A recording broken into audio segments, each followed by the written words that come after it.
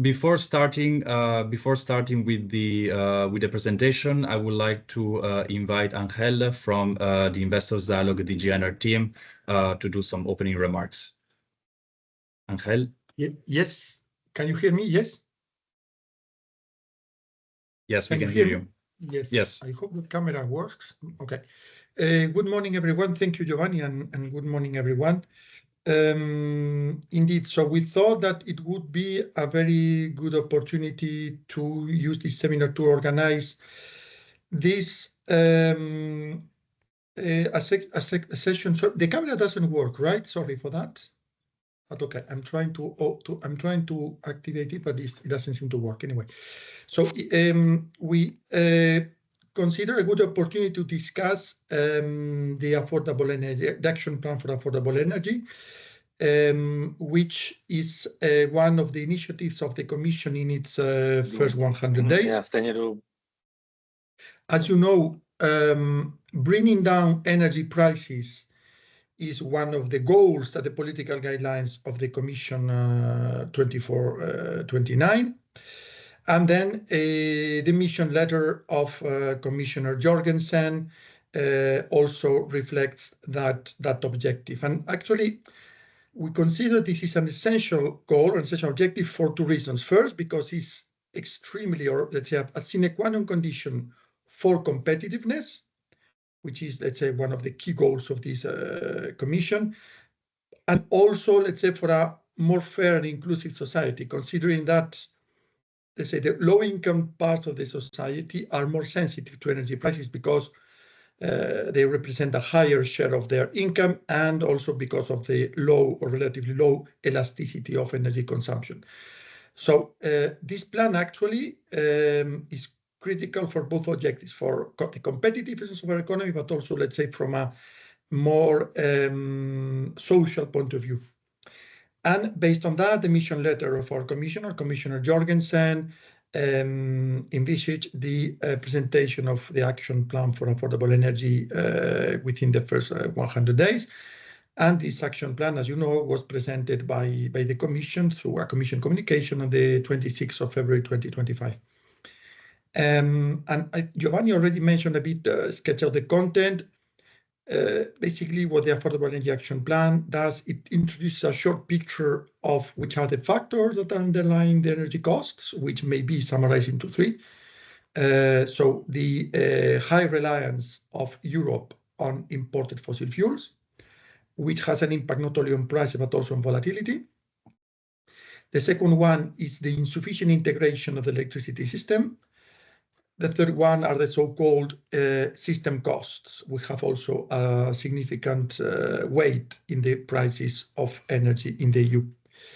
And then based on that, the action plan sets a number of actions. So as Giovanni said, there are 8 actions, which can, some, let's say, are short-term, aimed at lowering energy bills, and others are also more, let's say, medium to long-term, related to implementing some key structural reforms and strengthening the resilience of our energy systems to be, let's say, more equipped to future price and shocks.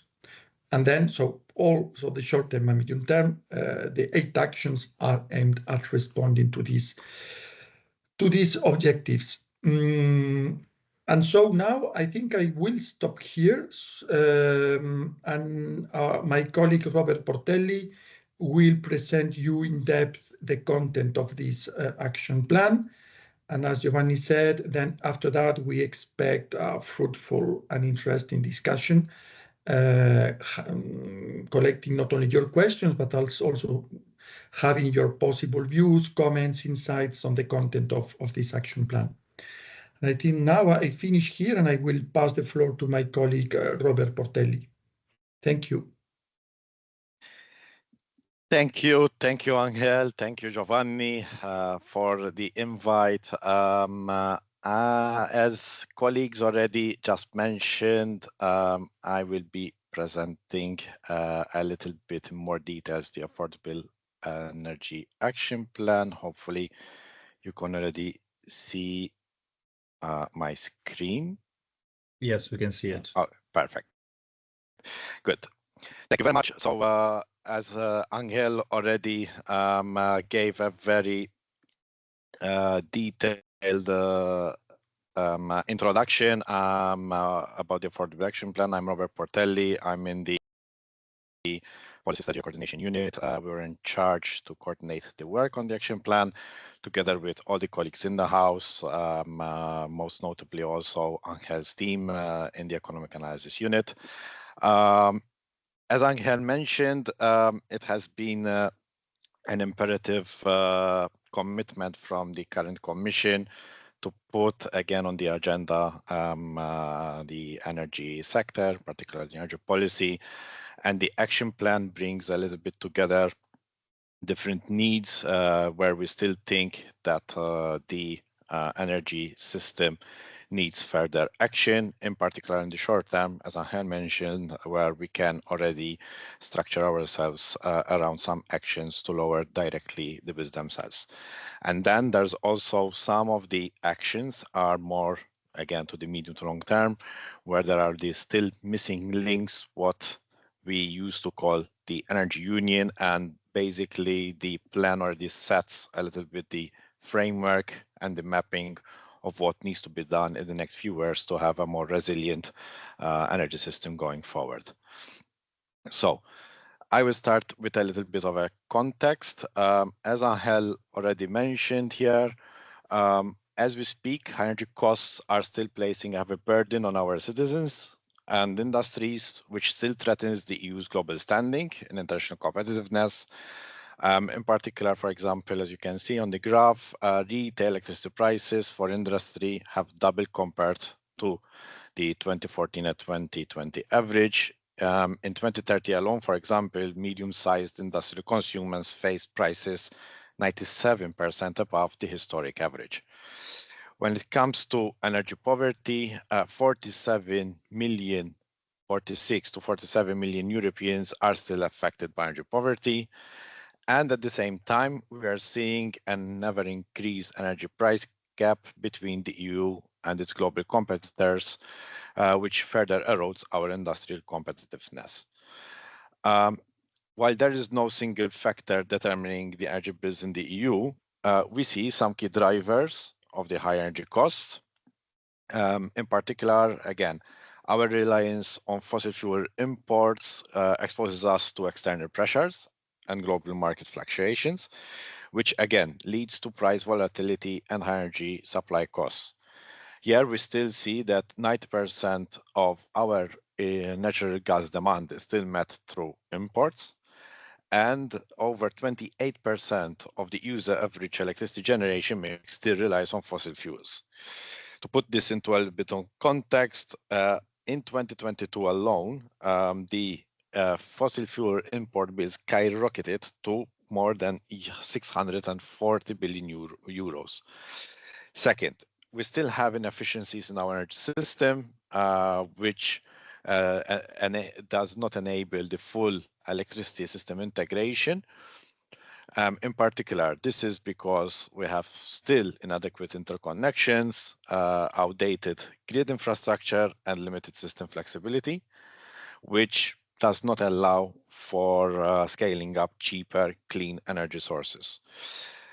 And at the same time, we have still lengthy permitting procedures which delay critical energy projects to come online at the same time.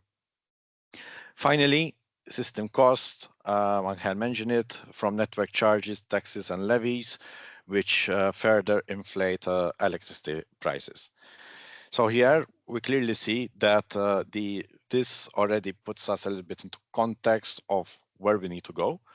And that is where we have come with the Affordable Action Plan, which generally covers 4 key pillars with 8 specific actions which will allow to basically bring down lower energy costs, complete the energy union, attract investments and ensure delivery, and basically strengthen Europe's preparedness for future energy crisis. So now let me start to go through slowly into the pillars. So the first pillar The first pillar of the action plan focuses on lower energy costs in the short to medium term, and in particular addresses 4 key areas. Action 1. We do recognize that several cost components of the electricity bills can be reduced in the short term, as they stem from inefficiencies in network tariff designs, taxation policies, as well as high supply costs.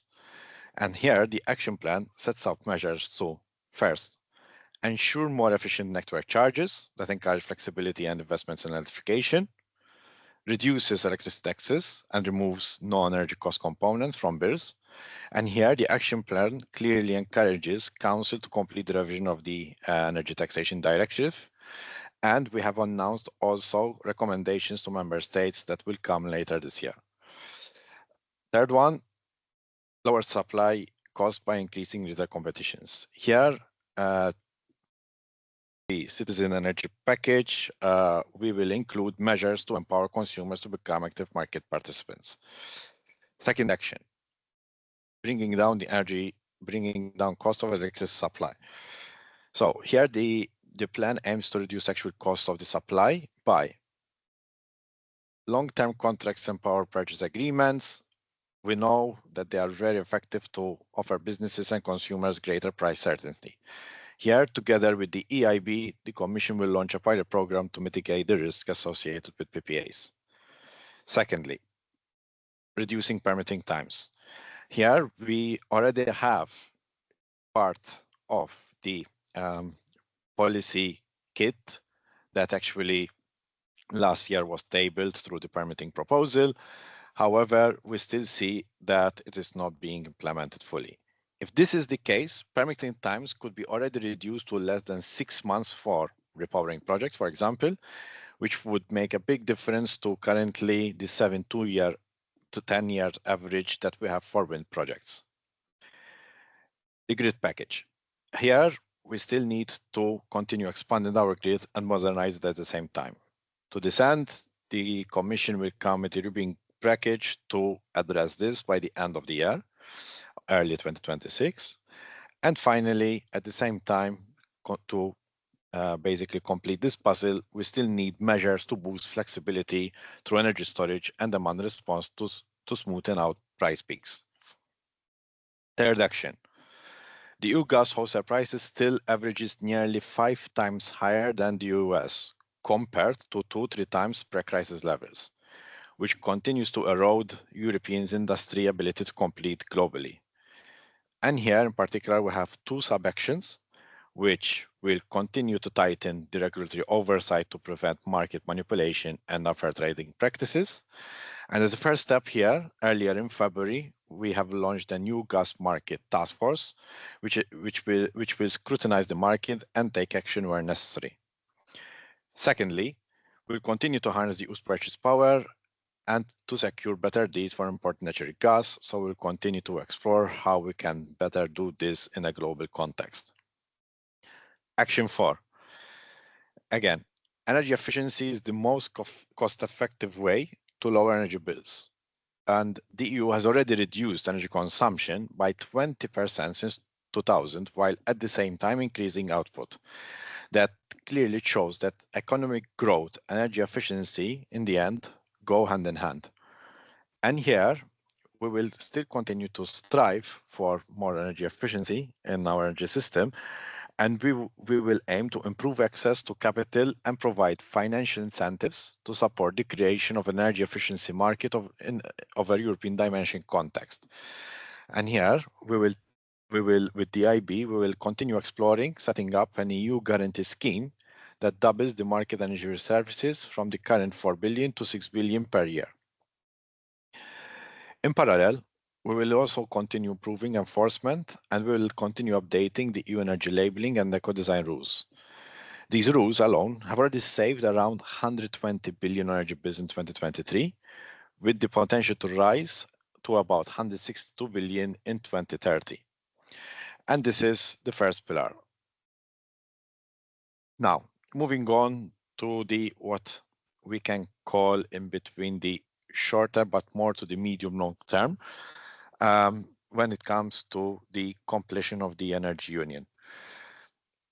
We we know, I mean, Angel mentioned it also in the beginning, that many of the factors that drive up our energy costs are generally more structural and can only be tackled over time.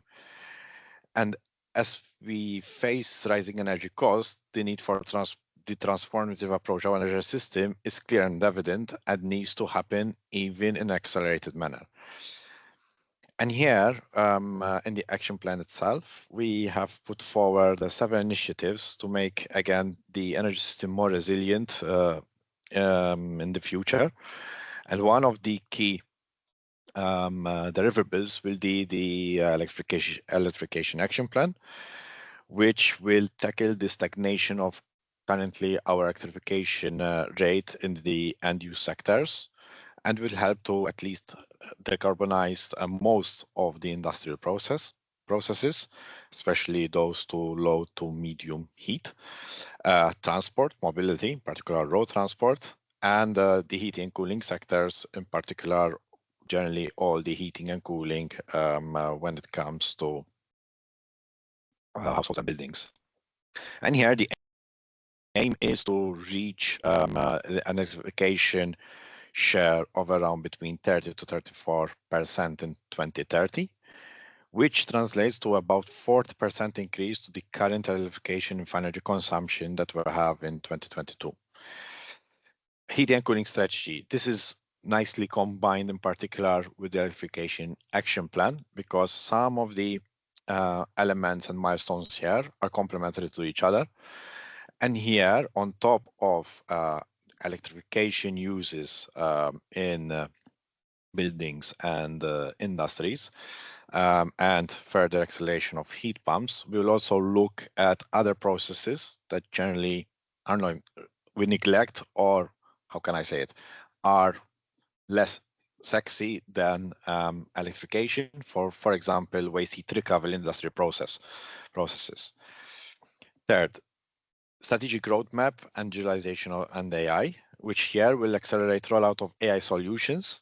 For instance, for example, grid optimization, energy efficiency in buildings, and on-site flexibility.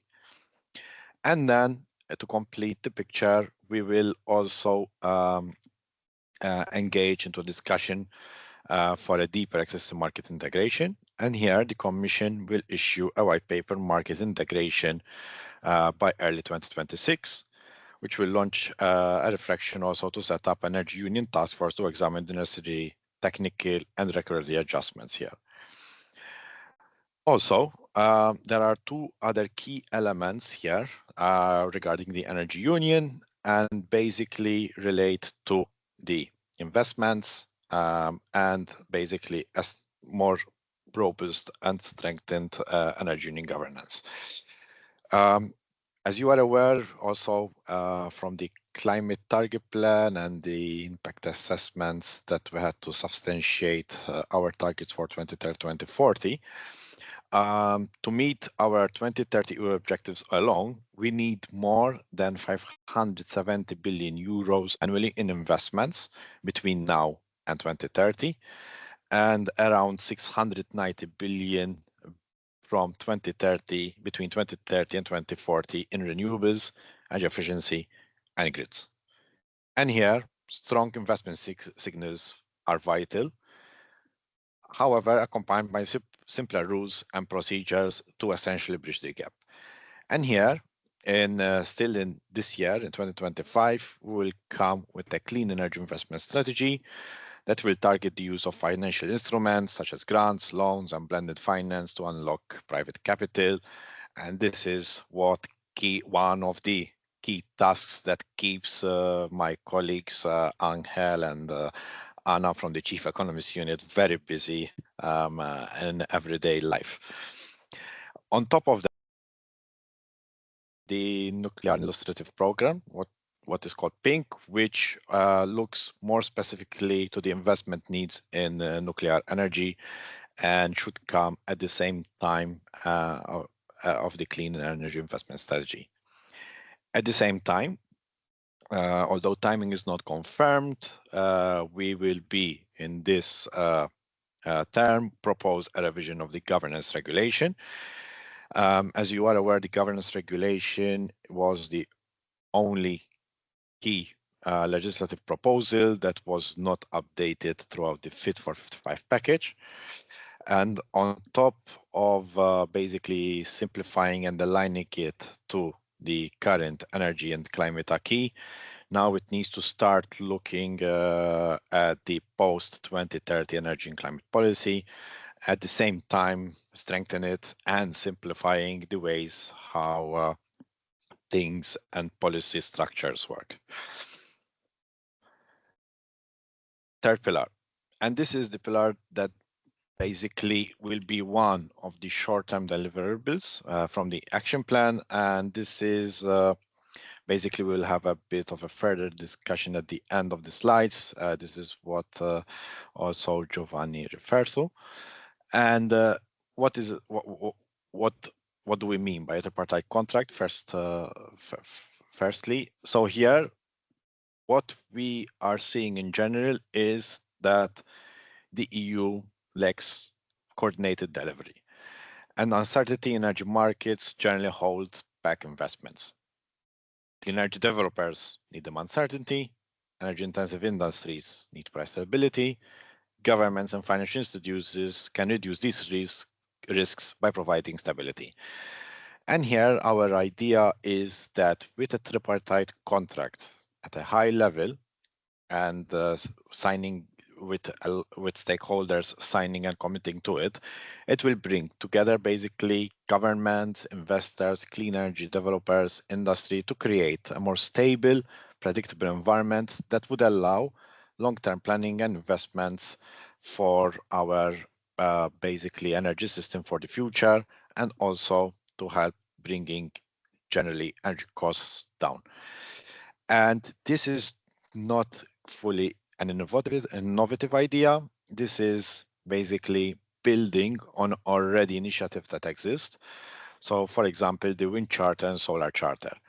The only difference is that this tripartite contract will basically expand collaboration across the energy sector and will cover also other sectors, for example, the role of batteries, hydrogen, specifically more offshore wind, green infrastructure, etc., and also energy efficiency, for example. So basically, this is the idea of it, and I will have some questions to you that I would like to basically to start the Q&A session with that. So I will just continue with the next pillar. So finally, the fourth and final pillar of the action plan is basically dedicated to improve the EU's energy crisis preparedness. The recent energy crisis exposed us to energy vulnerabilities clearly, with high energy prices, supply disruptions, and volatility that hit households and business very hard. And without strong coordination, price spikes and volatility will basically return.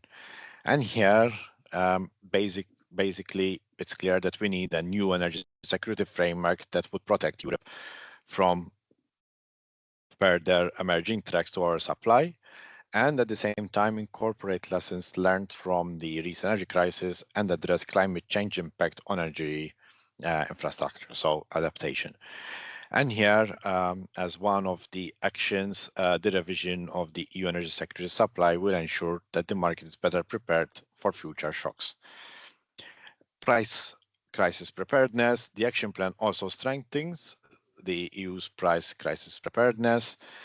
And basically, the new crisis response tools will encourage smart demand management to avoid price peaks and during energy crisis, and better cross-border cooperation between TSOs and NRAs to temporarily increase available cross-border electricity and allow electricity to flow where it is needed most.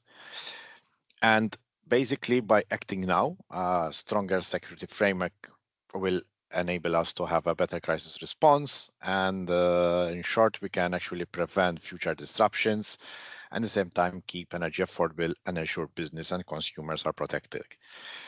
And I think I tried as much as possible to cover everything so that we can have a little bit more time to go through the plan.